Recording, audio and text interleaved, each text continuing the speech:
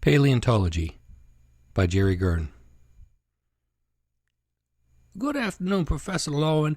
My name is William Hamlin from the Biblical Science Journal. If you wouldn't mind, ma'am, I would like to ask you a few questions about your team's recent find in the Yukon. The two young airmen in my office, my secretaries, stifle their snickering as they listen in on the call. I'm doing a very bad impression of the smartest cadet from my class at the Air Force Academy, Cyrus from Locust Ridge, Louisiana. He knew that people underestimated him because of his quaint accent, and he loved using that to his advantage. I found it's a highly effective way to play to clever people's prejudices. "Excuse me, how did you hear about our find?" she answers after a long, tense pause. "Well, now, ma'am, the folks who contacted us prefer to remain anonymous, you understand. But don't you worry, I never publish anything based solely on an anonymous tip. That's why I called you today, to get the story directly from the source." "I'm sorry, Mr. Hammond, there's no story here." "Well, now, I don't mean to sound contentious, but I think a skeleton that proves that science got it all wrong about where all us humans come from, that's quite a story." Excuse me?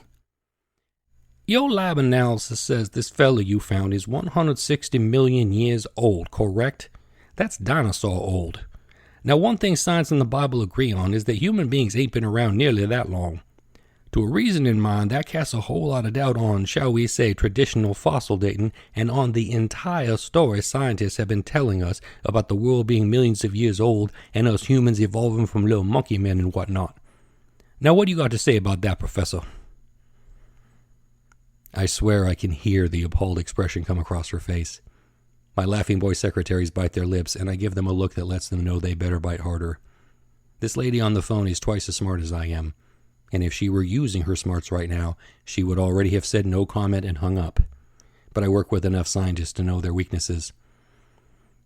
Mr. Hammond, those results were preliminary and obviously spurious. The test data will be reviewed by experts in geological dating and will..." "Experts, yes, I see. But when do you intend to share your results with the public?" She sighs. "We will announce results when we actually have some results. All we have right now is an anomalous measurement." "Sir, how did you..." "Professor, if I may say, it sounds distinctly like anomalous means pointing to a conclusion that you and your colleagues don't much want to believe. So I'll ask you fairly, if the scientific evidence keeps contradicting your science, do you plan to permanently withhold that evidence from the American public?" A beat. "This conversation is over now." "Yes, ma'am, I can tell it is. That's all right. I have all I need for my article. I thank you sincerely for the interview." "This wasn't an interview." I hang up. My secretaries burst out laughing. I give them a commanding officer glare, and they realize it's shut-up time. I'd be lying if I said I didn't kind of enjoy the more creative, performative aspects of these smokescreen jobs, but there's nothing to laugh about screwing with people's careers or scientific work. Right about now, Professor Laurent is hearing my words over and over in her head. "I have all I need for my article." She's kicking herself for letting some religious hick manipulate her like that. Soon she'll determine that someone in her lab stole copies of her results and sent them to some fundamentalist journal. She'll suspect her graduate students, then hackers, then the prospectors who found the fossils in the first place. She'll alert her colleagues, at least the ones she thinks she can trust now, and they'll alert others. By this afternoon, the whole department will be abuzz with suspicion. We know she's already seen blurry MRI images of something metallic lodged in the fossilized pelvis, but she won't be able to identify it as a microchip until she saws the bone open, which she won't do until she's exhausted all possible non-destructive methods. In the meantime, she and her vigilant colleagues will guard their copies of the lab reports. More importantly, they'll lock the Jurassic Man's remains in the department's safe in the basement, which will make them so much easier for my burglars to find. When the fossils go missing, those smart professors will suspect the only people who had access to the safe, each other. And most importantly, they won't tell anyone what they found, for fear of sounding ridiculous. It's a very tidy cover-up, if I do say so myself, with most participants willing but oblivious and zero casualties, all set into motion by one phone call. And for once, I'm actually glad to be working with the CIA on something.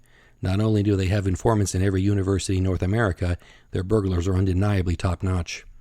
At 14:25, I greenlight the burglars, who are already waiting in Vancouver.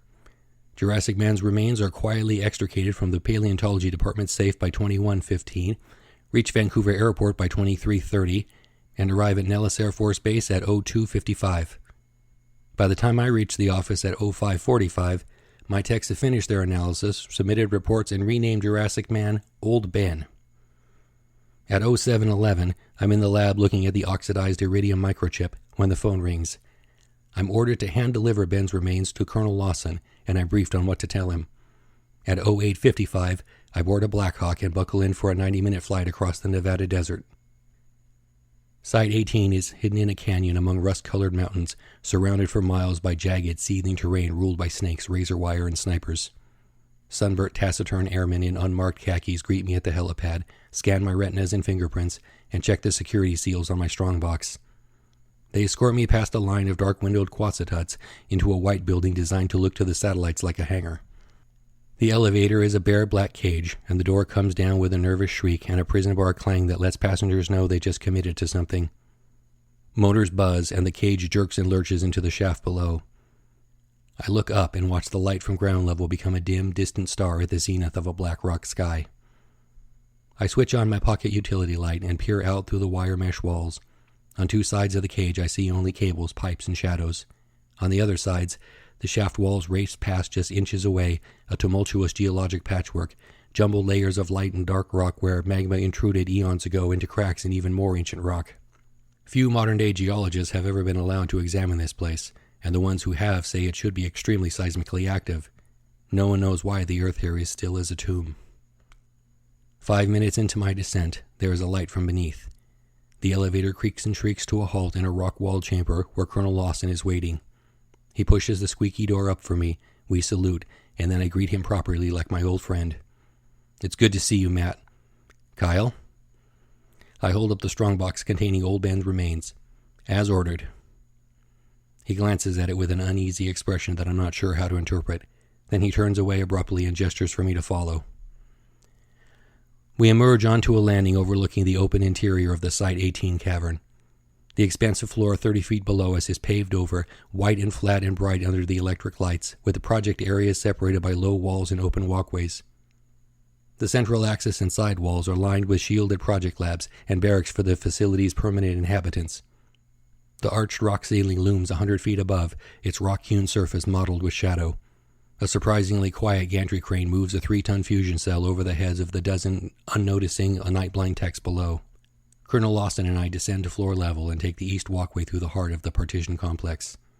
Lab coats shuffle about, pale faces watch us pass, and whispers emanate from all directions. When we're halfway through the complex, I realize Matt is taking me to the windowless TTD hut, which spans the width of the cavern and delineates the developed front portions from the darkness that lies beyond the white pavement and the electric lights. I know better than to take seriously any of the stories about this cavern. Most of them are nice, comfortable stories. The cavern is a Cold War artifact, an exhausted silver mine expensively refurbished in the 1950s. The ghostly charcoal and ochre images on the walls of the deepest sections, depictions of bison, antelope, starry skies, and hominids wearing what appear to be helmets. Those were drawn in the 1970s by whimsical servicemen. The mysterious devices that these pale, devout scientists spend their lives studying were liberated from occupied Germany in the 1940s. Alternatively, the artifacts were hastily tucked away here in the late 1980s, when a meddlesome new president demanded to inspect Area 51. Or, if you will please, the artifacts were found here, intact and awaiting power supplies, surrounded by walls of hieroglyphs and petroglyphs that the War Department meticulously photographed and then sandblasted. I know better than to believe any of those stories, because they were almost certainly crafted by someone like me. Colonel Lawson and I sweep our fingertips over the door scanner and are admitted to the TTD hut. The hut has been cleared of all personnel. 2,000 square feet of lab space is packed with every tool of scientific analysis imaginable, and every one of the gray, hard-edged devices face inward towards the center, towards the TTD artifact like supplicants. It towers over the lab, its milky green and white marble facade reaching up gracefully for 4 meters. It's the largest of the artifacts, the last whose functions the techs managed to discern, and the only one they've never managed to activate. I find some empty space atop a workbench, set my strongbox down, and break the security seals. The top splits into 2 panels, and the box opens like a triptych. Old Ben's partial left limbs, skull and torso, and mostly intact right limbs are displayed in 3 adjoining panels, 34 brown petrified bones behind protective glass, each separately niched in white foam padding. The corroded microchip is in a sealed vial next to the hole in the pelvis from which it was extracted. I step aside and Lawson moves forward with barely restrained urgency. Most of the skeleton receives a cursory glance as his attention is riveted on the grimacing face and empty, weathered eye sockets. I have the strangest feeling about the way he looks into those vacant eyes. I feel somehow like he expected to recognize someone. I read the official report, he says quietly without looking at me. But we both know better than to believe anything we read. We can talk freely here, Kyle. I need you to tell me the truth. Do you have any idea who this is? I shake my head. The chip is definitely U.S. Air Force, but the serial number is too corroded to read. My texts say he looks like he was in his early 20s, but there aren't enough intact genetic markers for identification. No matches in the dental or medical records either. Did you only check Air Force records? We checked the whole net, no matches. You know, Matt, the United States Air Force is probably going to be around putting chips in personnel for quite a long time. This guy might not even be born yet. Matt turns to me now, his face a little less dark. But we're certain he's not anyone currently serving in the Air Force. Absolutely. The tension around his mouth eases a little. When he looks at Ben again, I watch him, and I wonder why in the world he would feel relieved at what I just told him. He turns abruptly away from the triptych and looks at the green and white artifact towering over us. I suppose the techs will be pleased to know they were right about what this thing is. I'm glad his back is to me and he didn't see my incredulous expression. The techs have known for years what the TTD was and named it accordingly. Their base commander was the only holdout. I almost didn't say anything, but concern for my friend's state of mind overcomes prudence for a moment. Matt, why did you accept this command? He sighs and casts his gaze downward, still facing away from me. They offered it to me because they needed someone to get these techs under control.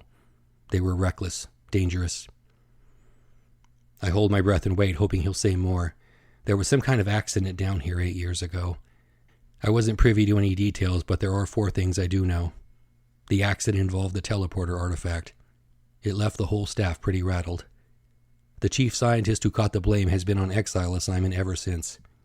And right in the middle of the fiasco was Captain Matthew Lawson. Just to try to get him talking again, I say, your techs will also be pleased to know they are going to get this thing working someday. We know that much now. Working? He spins around to face me. Well, I suppose you could be right. In their minds, the thing is working even if they can't control it. What do you mean? You think they meant to send a man back to the Jurassic? I blink. Why do you assume they didn't? He smiles sardonically and shakes his head. Of course, what was I thinking? Why would they hesitate? He gestures accusingly at Ben. Who cares if this man accidentally steps on some proto-mammal shrew things that the whole human species descends from? But he didn't, I want to say. If he had, we wouldn't exist to stand here discussing it. You know the part of this I just can't figure out, he says, looking into Ben's empty sockets again? Someday this guy will enlist in the Air Force. Then we'll have his dental records if we didn't already. We will know who he is. Even if you're right, even if they mean to send him back 160 million years, they're going to know that he's not going to make it back. So why will they send him? Why will they even let him join the program? I don't say a word. I just stand there silent, letting him think I empathize, letting the realization of just how big a problem I'm now facing settle over my mind. I'll tell you one thing, Matt continues. He won't be sent back on my watch. As long as I'm in command of this facility, those techs aren't coming anywhere near this thing. I say very little through the rest of our hour-long meeting. The whole flight back to Nellis, I crave bourbon, lots of it, but I don't drink any even when I get home, because I know where that will take me. I have dinner with my family, forcing myself to talk. I play with the kids, kiss them goodnight, then lay in bed wrapped around Allison. She senses my mood but knows better than to ask me about work. I genuinely wish sometimes I could talk with her about work, but this is one of those times I'm glad I'm not allowed to. At least I understand now why I was ordered to lie to Matt. It's a 1-hour flight or a 5-hour drive from Nellis Air Force Base to San Diego, and 5 hours alone sounds good to me right now. I could sign a car out of the motor pool, but I don't want to have to answer questions about the purpose of my trip, not just yet. So I rent a convertible and spend some off-duty hours tearing down Interstate 15. Once I pass the traffic and the visual clutter of Las Vegas, it's all sprawling desert and open skies. I made the right choice taking this drive. Speed and wind and roaring engines always clear my head. My superiors will have received my report by now. I might have a battle ahead, or they might take my advice to relieve Colonel Lawson of command of Site 18 immediately on grounds of being psychologically unfit for the assignment. But right now, there's not a thing I can do but await their decision. The terrain of the Mojave Desert is so wide open that whenever a road intersects or splits off the I-15, you can usually see it for quite a ways before and after you pass it, the road not taken slowly disappearing into the distance. My texts like to explain the structure of time in the universe as a one-way road, with many, many splits, but no merges. Every quantum decision that happens, when an electron decides which fellow electron to exchange a photon with, when a radionuclide decides to decay right now or maybe later, every decision splits the universe into parallel timelines. If the differences between the two universes stay confined to within a few nanometers, they'll pull back together like a road that widens for a stretch but then doesn't split after all, and the different paths just blur together in the fog of quantum uncertainty. But if the differences propagate outward, the two universes become too dissimilar and pull away from one another, never to interact again. But that road analogy doesn't really work well for thinking about time travel and paradoxes. I myself picture the timelines as a tree branching. The branches grow out from the trunk, bend, twist, and branch out again, and some branches get pruned. Matt is worried about the classic time travel paradox, a time traveler killing off his younger self and such. What he doesn't understand is that the universe simply doesn't allow paradoxical timelines to exist. A chain of events that reaches backward in time and prevents itself from happening is like a branch that bends back towards the tree and prunes itself. The branch withers and falls away, leaving the tree paradox-free. If some fool time traveler did try to murder his younger self, there would be timeline branches in which he succeeded and others in which he somehow failed, and only the latter would remain real parts of the universe. But the potential paradox we're facing now is of a whole different kind. The impact of Old Ben appearing in the Jurassic goes far beyond his possibly stepping on one of our pre-human ancestors. Even if he died instantly on arrival, his body introduced foreign bacteria into the biome and altered the whole course of evolutionary history, altered it in a way that led eventually to our ancestors, our history, and our present. We exist inside a causality loop. Old Ben the Time Traveler caused our specific timeline, and now our world needs to return the favor and cause him. My mission in life is now to make my superiors understand that about 16 years from now, we will be up against the mother of all deadlines. If we fail to get the TTD working or fail to send Ben back, the world as we know it won't end. It will retroactively never have existed. I asked our staff cosmologist once, aren't we more or less guaranteed to succeed since the futures in which we fail will be pruned? Possibly was their consensus, but they all spoke about it sounding like they drank far too much coffee. According to the math, the causality loop isn't very stable. If too many of our futures get pruned, leaving too few holding the loop together, the loop might still collapse with us on it. I could tell they weren't really certain, but when people who study the fate of the universe for a living look that scared, I listen close. I'm passing through Riverside County when one of my Laughing Boy secretaries forwards a news report. Some fossils went missing from a university vault in Vancouver. Details are slim, motive is unclear, and the entire faculty refuses to speak with journalists for some reason. That's a mighty smart decision, Professor. Traffic starts to back up while I'm still several miles from San Diego. I receive another message, this one containing the current location and a 5-minute-old photograph of the people I'm looking for. As I set my phone aside, I look ahead over the windshield and see a pair of World War II-era F-4U Corsairs climbing as fast as their propellers will carry them. Then they circle around each other and begin dogfighting maneuvers. Traffic on Interstate 15 slows to a crawl as we approach Marine Corps Air Station Miramar, where several thousand tourists have descended for the Miramar Air Show. I read once that when General Eisenhower was planning the D-Day landing, he knew that his best chance of taking out the critical German artillery was to drop his paratroopers as close to the emplacements as possible, straight through heavy defensive fire, where they would suffer the highest casualty rates of the invasion force. So on the morning of the landing, Ike ate breakfast with those paratroopers. He looked into their eyes and learned the names of the men he had decided to sacrifice. That's a man worthy of command, neither hesitating to make decisions no human should ever have to make, nor letting himself look away from the human consequences of his decisions. There are thousands of people at the air show, but fortunately their attention is mostly focused skyward. I spent half an hour patrolling the cordoned-off gravel field, circling the stands, looking for the faces or clothes that matched the photo in my phone. When I finally spot them leaving their seats in the bleachers, I realize I must have walked right past them at least 3 times without seeing them, because deep down, I don't want to see them. A lanky, red-haired Marine starts walking in my general direction, pushing a stroller in which his daughter sleeps under a sunshade. A pretty Latina in denim shorts and a white tank top walks beside him, checking her phone. But she made a mistake taking her eyes off her 4-year-old son that long, because he immediately starts running around his parents at top speed, holding his arms out like jet fighter wings, despite the fact that his left arm is in a cast. "Benny!" the mother calls. "Stop running before you fall on your arm." And then something happens. I'm not really comfortable pondering it long because it's too significant to call a coincidence, too eerie to think it happened for a reason. Benny banks into a sharp turn, looks back at his mother, doesn't watch where he's flying, and he crashes right into me. "Benny!" his mother cries. I catch him by the shoulder as he bounces off my leg. He looks up at me, surprised but not at all afraid or embarrassed. I put on my best jolly Uncle Grin. "Whoa, careful there, little airman. Hey, looks like you took some wing damage. Did you have a crash landing?" "He sure did," says his mother, pulling him back by his good arm. "I'm so sorry, sir." Benny proudly shows me his cast. "I climbed on the roof." "That's not how you hurt your arm, buddy," says his father.